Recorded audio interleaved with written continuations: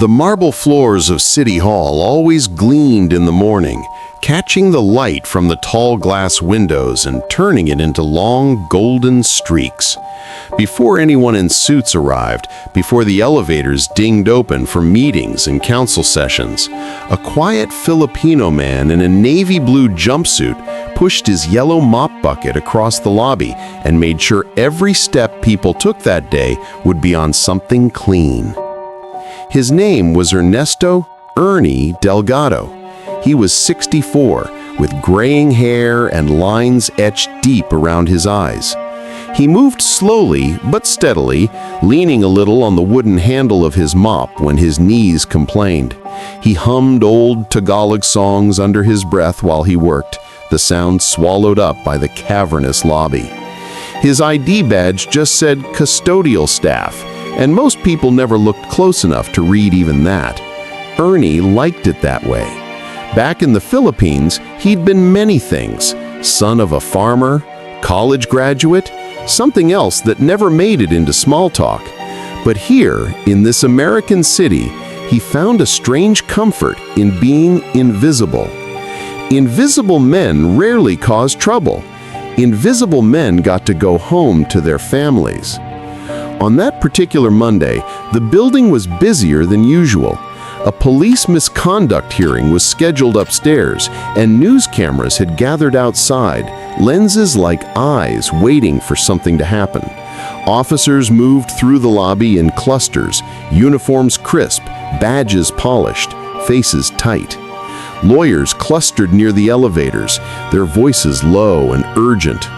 Ernie tried to stay out of the way. He kept his cart to the side, slowly working his mop in short, practiced strokes. A paper coffee cup had exploded near the security checkpoint, leaving a spreading puddle. He sighed, rolled his bucket over, and began to clean it up before someone slipped. "Careful with that, Mr. E," called Devon, one of the younger security guards, as he passed.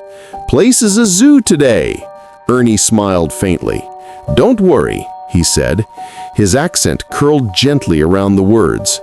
"I clean faster than they can spill." Devon laughed and kept walking.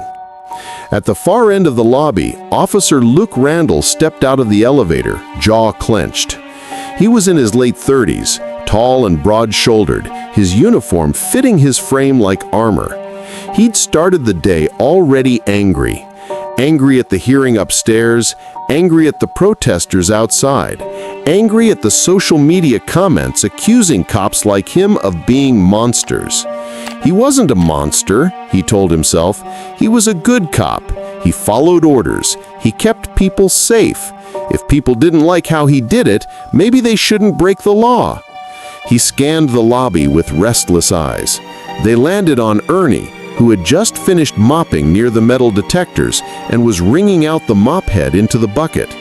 The janitor's head was lowered, shoulders hunched, the navy blue jumpsuit marking him as someone nobody important. He stalked toward the checkpoint, anger looking for somewhere to land. As he approached, he saw only the aftermath, the splatter of coffee, the dirty footprints, and Ernie trying to corral the mess with his mop, head still bowed. For some reason, that image snapped something in Luke. "Hey," he barked. "Hey you, what do you think you're doing?" Ernie flinched, startled. He straightened slowly, one hand still on the mop handle. "Sir," he said, "I am just cleaning." "Just cleaning?" Luke snapped, closing the distance between them. His voice echoed off the high ceiling. "There was just a security incident right here, and you're messing with the scene. Are you trying to destroy evidence?" A few people nearby stopped walking. Heads turned, lawyers paused mid-conversation. The elevator doors slid open and disgorged more suits who froze halfway into the lobby, sensing tension. Ernie looked down at the coffee he'd already soaked into the mop. "It was spilled drink," he said quietly. "The guard asked me earlier." Luke stepped even closer, jabbing a finger toward Ernie's chest. "Don't talk back to me," he growled. "You see that badge? That means when I say stop, you stop. You custodial guys think you can just wander around touching everything. Then when something goes wrong, nobody knows what happened." Ernie's fingers tightened on the mop handle. He could feel dozens of eyes on him. The familiar burn of humiliation crept up his neck. "I'm sorry, officer," he said. "I didn't know. I just tried to keep people from falling." Yeah, maybe if you focused more on following orders and less on making a mess, we wouldn't have half the problems we do. What, you didn't understand the words security incident? You need a translation? A low murmur rippled through the lobby. Devin took a step forward, frowning. Officer Randall, I told Mr. Delgado he could clean. Luke cut him off with a glare. I'm talking to him, not you, he snapped. He turned back to Ernie. What's your name? Ernie hesitated. Ernesto Delgado, he said softly. Luke exaggerated the pronunciation, twisting it. Ernesto, he mocked. Figures, you got ID on you, Mr. Delgado? Or did you just wander in with a mop and hope nobody noticed? People shifted. One of the lawyers, a woman in a gray suit, crossed her arms. A young intern in the back quietly raised her phone and started recording, screen reflecting the scene like a mirror no one had asked for. Ernie swallowed. My badge is here, he said, touching the plastic clip to his chest with his free hand. I work here 15 years already. Luke leaned in, reading the badge without really seeing it. Custodial. Right. You see all those folks behind you? He gestured toward the watching crowd. They're here for serious business, court cases, hearings, things that actually matter. And the last thing they need is some janitor contaminating...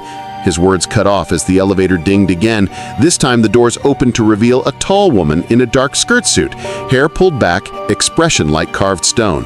Beside her walked the mayor, smiling awkwardly, and behind them a small cluster of officials and the chief of police.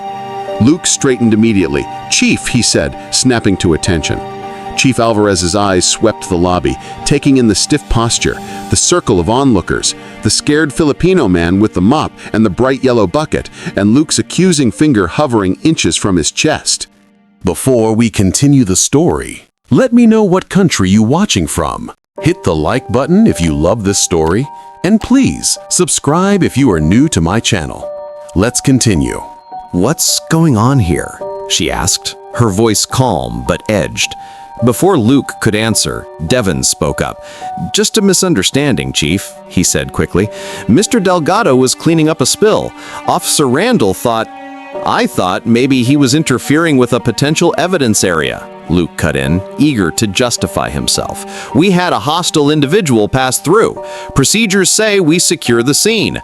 I was making sure the staff understood that. The mayor shifted uncomfortably. The woman in the dark suit, whom most people recognized as Judge Rebecca Harlow, folded her arms even tighter, eyes narrowing. Chief Alvarez looked from Luke to Ernie. Mr. Delgado, she said gently, is that what happened? Ernie's instinct was to say nothing, to nod, to make it all go away.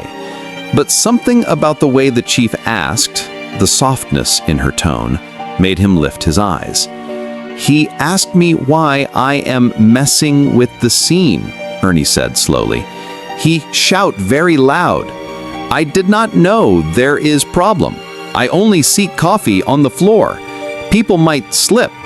He say maybe I need translation. A sharp collective intake of breath traveled through the onlookers. Luke's face flushed. Chief, I didn't... Judge Harlow stepped forward. That's enough, she said, cutting him off. She turned to Ernie. Mr. Delgado, I'm so sorry you were spoken to that way. Ernie blinked. You know my name, ma'am? He asked. Of course I do. You were at my daughter's citizenship ceremony. You stayed late to clean up after the reception. Her voice softened. You also saved my court reporter from a nasty fall last winter when she slipped on the ice in the parking garage. She hasn't stopped talking about it. Several heads turned toward Ernie with new interest. Devin nodded. That's true, he said. He caught her before she hit her head. Chief Alvarez's gaze sharpened. I know your name too, Mr. Delgado, she said. City Hall gave you a commendation 5 years ago. You remember? Ernie frowned, confused. That was just for staying in the building during the gas leak. I was already here. The alarm system did not work. I smell the gas. I call 911. Anyone would do the same. Anyone didn't. You did. You got the overnight staff out before the engines arrived.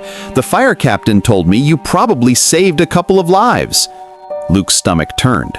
He'd heard something about that gas leak years ago, a janitor staying behind, but he'd never connected it to this quiet man with the mop. Chief Alvarez took a step closer, her eyes still on Ernie, but her words clearly meant for everyone. What most people don't know is that Mr. Delgado has spent most of his life running toward danger, not away from it. Ernie stiffened. "Chief, please," he murmured. He hated attention. Judge Harlow shook her head. "They need to hear it." The chief nodded once and looked at Luke. "You see, Officer Randall, before he was a janitor here, Mr. Delgado was a paramedic in Quezon City. He spent 20 years in emergency services over there. Earthquakes, fires, floods, you name it. He's pulled more people out of collapsed buildings than most of us will meet in our lifetime." A murmur rippled through the lobby again. Luke stared, speechless. The chief's voice stayed steady. When he immigrated here in his 50s, nobody wanted to recognize his credentials. So he took the job he could get, custodian. While other people slept, he scrubbed floors and emptied trash cans. And when there was a gas leak, he did what he'd always done. He took responsibility. Ernie shifted uncomfortably, eyes on the floor. "It was not only me. The firefighters you held a door open for while they carried people out," the chief interjected. "I've read the reports." She turned her full attention on Luke now. "This is the man you just humiliated in front of half the building. This is who you decided to treat like a nuisance who needed translation." Luke felt the eyes on him like a physical weight. He glanced at the young woman with the phone still clenched in her hand, the red recording light glowing. He imagined the video, him towering over an older man, finger jabbing, words sharp and ugly. His stomach twisted. I didn't know," he said weakly. "That's the point," Judge Harlow said, her voice icy. "You didn't know, but you acted like you did. You assumed everything you needed to know about him from his uniform and his accent." Devon shifted, jaw tight. A few of the lawyers looked downright furious.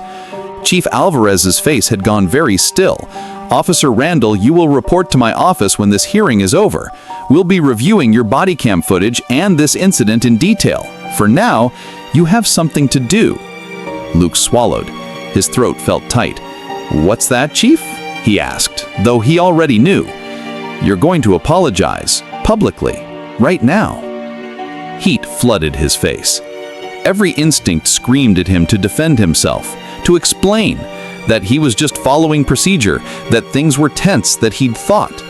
But all the excuses died on his tongue when he met Ernie's eyes. They weren't angry. They were just tired. Tired in a way Luke hadn't seen before. Luke started, then cleared his throat. His voice dropped, raw.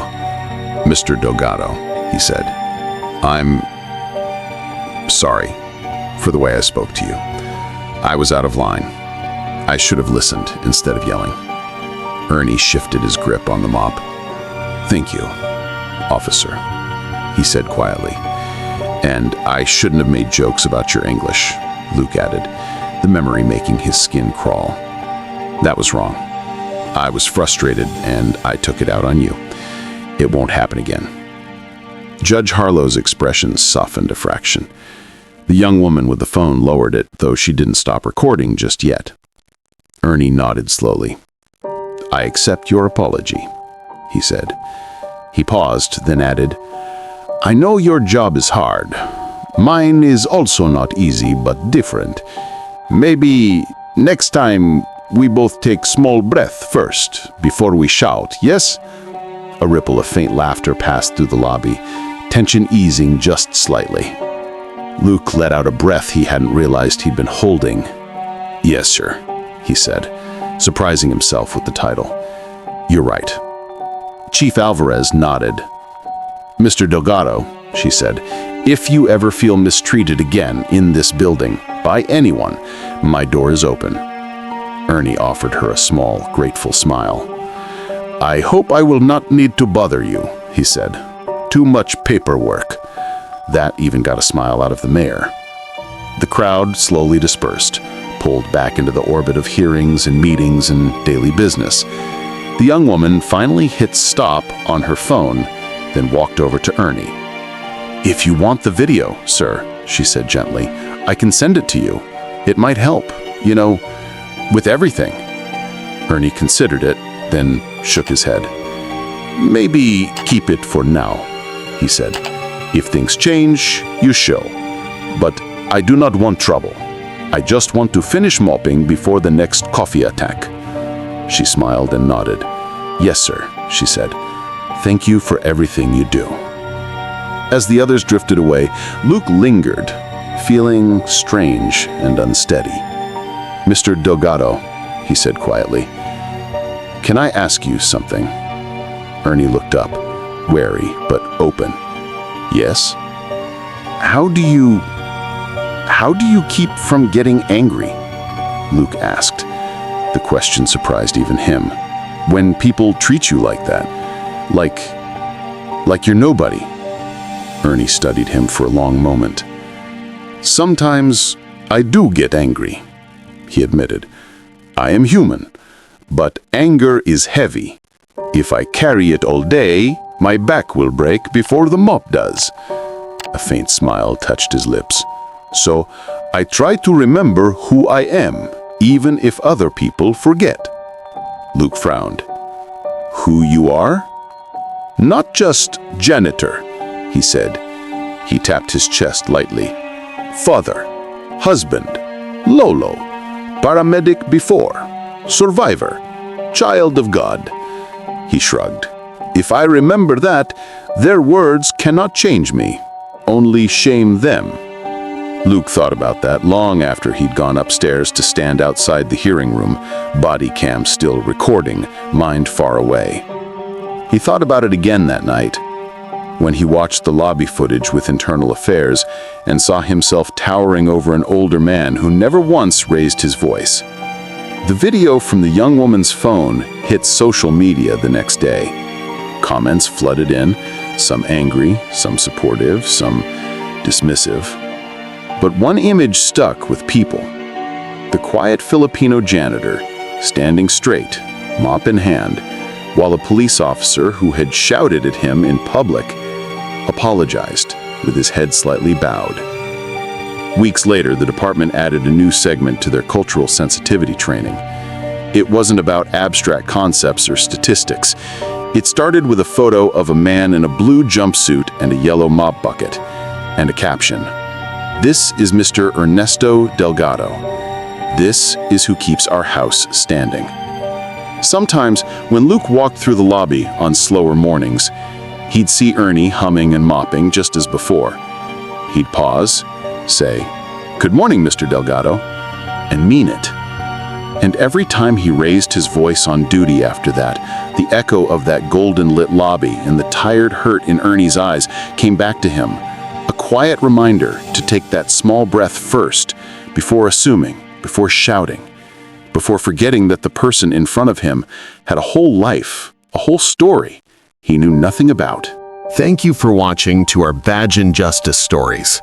If you want to watch more stories like this, click the videos above. See you again tomorrow.